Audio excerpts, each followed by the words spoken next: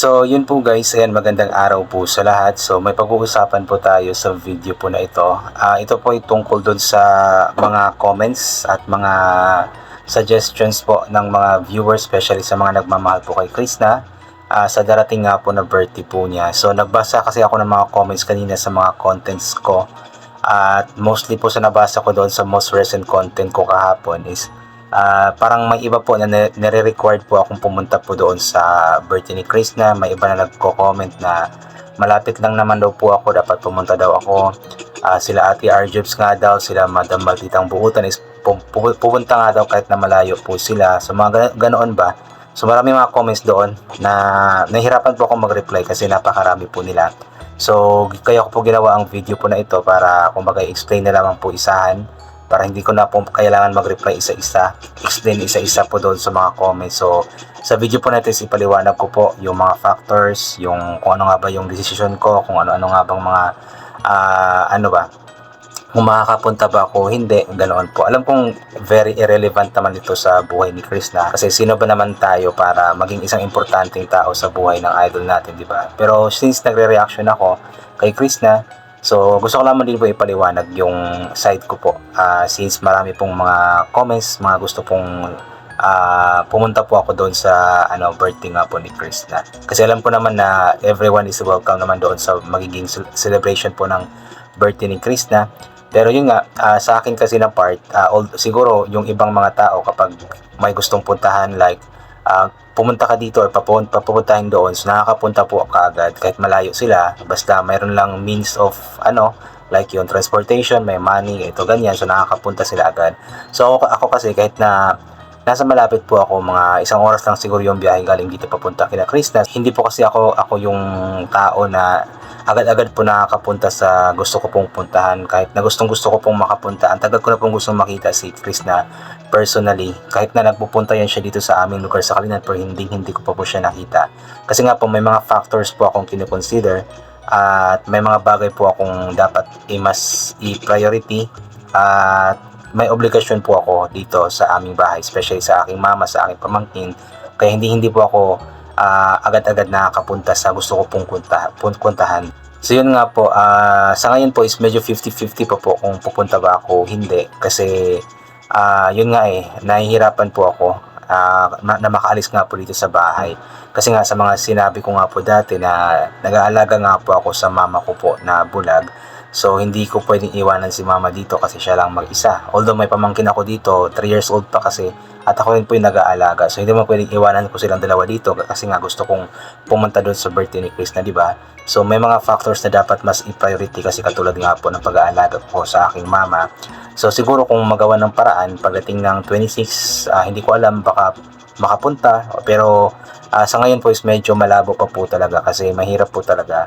Kasi yung ate ko is nagtatrabaho po siya at may estudyante kasi siya na college. So hindi pwedeng umabsent siya. So masasayang yung sahod niya na nakikitain sana niya sa araw po na iyon kung a-absent siya dahil nga po mag-aalala kay mama. So di ba? So iniisip ko rin po yun kasi wala naman akong maibigay na pansahod sa aking ate kung mag-aalaga siya sa aking mama, di ba? So mahirap po para sa akin din po sa ganoon. Pero gustong-gusto ko po talagang pumunta sana sa birthday ni Krishna. Nung nga po, kapag andito nga po sa Krishna sa Kalinan, ay gustong-gusto ko siyang ma-meet. Pero yun nga, nagpupunta kasi siya dito umaga or tanghali, hapon, ganoon. At ako po madalas po ako nakakalabas ng bahay hapon na talaga, mga 5 p.m, 6 p.m, ganoon. Kasi yung pamangkin ko nag-aaral, nakaka-uwi siya mga 4 or almost 5 p.m na din po. At minsan 6 p.m pa, ganoon po. So talagang mahihirapan po ako na makalabas po ng bahay kapag araw. Kaya sana maintindihan din po sa mga gusto pong pumunta po ako doon. Although gustong gusto ko, pero yun nga, nahihirapan din po ako.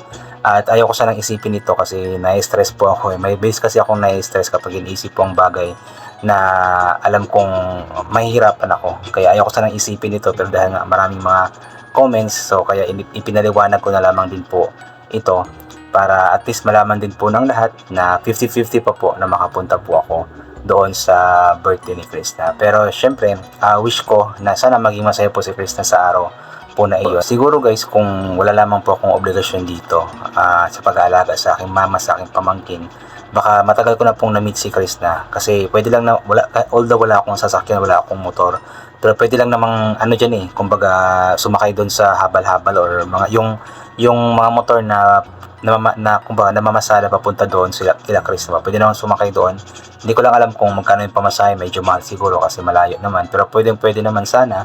Ang problema nga lang is hindi ako nakakaalis nga po ng bahay ng araw at madalas gabi na akong nakakalabas ng bahay at mahirap naman po pumunta kila Krista ng gabi, especially na hindi ako familiar sa lugar, so medyo mahirap din po, di ba? So since kasi guys, since bata pa kasi ako nung na-start magulang si mama, mga 11 or 12 years old yata ako, so kaming dalawa na po yung laging magkasama sa bahay, ako po yung nag-aalaga sa kanya. At dati nga po nag-aaral po ako ng high school, ay iniiwanan ko si mama dun sa kapitbahay namin. Pero namatay na po yung kapitbahay kasi namin yung best friend po niya. Then sometimes naman doon sa kapatid ni mama na namatay na rin po. So nung natapos po ako sa pag-aaral ng high school, ay nakapag-start po ako ng trabaho agad. Kasi yung ate ko that time is buntis kasi, so nasa bahay po siya nag-alaga kay mama. Pero nung nanganak na nga po siya, nung medyo lumalaki na yung bata niya, so kailangan na din magtrabaho ulit ng ate ko. So ako naman that time is yun, nagtatrabaho na, so iniiwanan ko si mama sa kapitbahay pa din po habang nagtatrabaho po ako dati. Then nung malapit na po yung pandemic time na po, so nag-work at home ako, so sa bahay po ako that time nagtatrabaho. So habang nagtatrabaho po ako sa bahay, ay yun nga, naalagaan ko si mama. Pero bago pa man po yung pandemic guys, may mga times na kumbaga napipilitan po akong mag-absent sa work kasi nga po walang mag-aalaga kay mama kasi minsan umalis yung ate ko. May kuya naman ako pero busy rin po sa trabaho po niya, may mga ginagawa. So minsan nakakapag-absent ako sa trabaho ko dati kasi yun nga, walang mag-aalaga kay mama, which is nakaka-apekto rin po yun sa performance ko, especially sa attendance. Kaya nung nag-call center na po ako, so yun nga, pinilit ko talaga na hindi mag-absent kasi bawal talaga mag-absent sa call center kasi maapektuhan po yung buong production po ng company kapag may mag-absent, kasi magugulo yung mga plano, magugulo kapag may mag-absent. So nung nag-pandemic, nasa bahay lang, so wala akong absent noon kasi nga nasa bahay lang ako, nag-aalaga kay mama at nagtatrabaho ganoon. Pero nung wala na pong pandemic, back to office na po lahat. So doon po ako nahirapan. Talagang pinilit kong mag-decide kung babalik ba ako sa office or hindi. Kasi that time is kumbaga yung ate ko is balik work na din po siya. Kailangan din po niya magtrabaho kasi yung anak niya lumalaki na rin po. Malapit na mag-college that time. So kailangan niya ng pera talaga para pang-aral sa anak po niya. Kumbaga pang gastos. Tapos buntis pa yung ate ko kumbaga kakaanak lang yung ng isang ate ko that time. So kailangan talaga niya kasi yung anak niya is kailangan kasi bilang ng gatas, hindi kasi siya breastfeeding, so kailangan talaga ng pera para panggatas. So nung nag-decide ako na mag-resign sa call center, pero bago ako nag-resign, talagang pinilit ko na ma-monetize muna yung aking YouTube channel, ang aking Facebook page, para kahit paano is may kikitain ako konti habang nasa bahay lang ba. Kaya naisip ko na habang nasa bahay is magre-reaction video nga po ako, at yun nga po yung ginagawa ko until now. So kahit paano is may kinikita po na konti. So nag-aalaga ako kay mama, at the same time is kumikita po ako ng konti sa pagre-reaction video. Kasi sa akin kasi kung magkatrabaho po ako ulit, parang mahirapan din po ako ulit kasi mapipilitan din po akong mag-absent kapag walang kasama si mama sa bahay. Although that is na-try na po namin na kumuha po na mag-aalaga sa kanya. Ang problema nga lang is yun nga, hindi naalagaan ng maayos, kaya mas lalong kumbaga na-nervous si mama, nagkasakit ganoon. So naisip ko na mas okay po yung kami mismo, yung mga anak, yung mag-aalaga sa kanya. At yun nga po yung ginawa ko nga po. So anyway guys, pasensya na po kayo, ang dami ko na pong naikwento, mga walang kwentang bagay. Pero yun nga, kumbaga ipinaliwanag ko lamang po yung circumstances ko nga po, kung bakit nga ba hindi ako basta-basta makakaalis ng bahay kahit nagustuhan ko man pong pumunta sa kung saan na lugar or pumunta kila Krishna. Pero yun nga, nahihirapan nga po ako kasi mas priority ko nga po yung pag-aalaga kay mama, at may pamangkin din po akong inaalagaan na 3 years old, so medyo nahihirapan po talaga ako.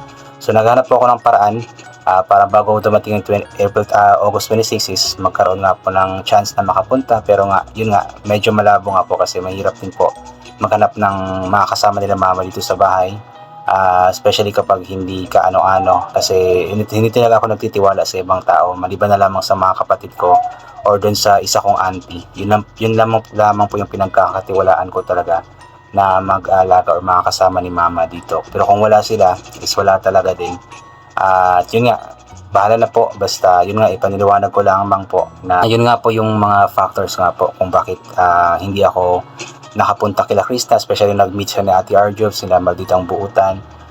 Kung bakit hindi ako nakakapunta doon kahit na malapit lang daw, sabi nila, kahit malayo naman talaga, 1 oras po yung biyahe yata doon kung hindi ako nagkakamali. So yun po, ipinaliwanag ko lamang po at sana maintindihan po ng lahat. So yun po, I think hanggang dito na lamang po ito. God bless po and bye for now po.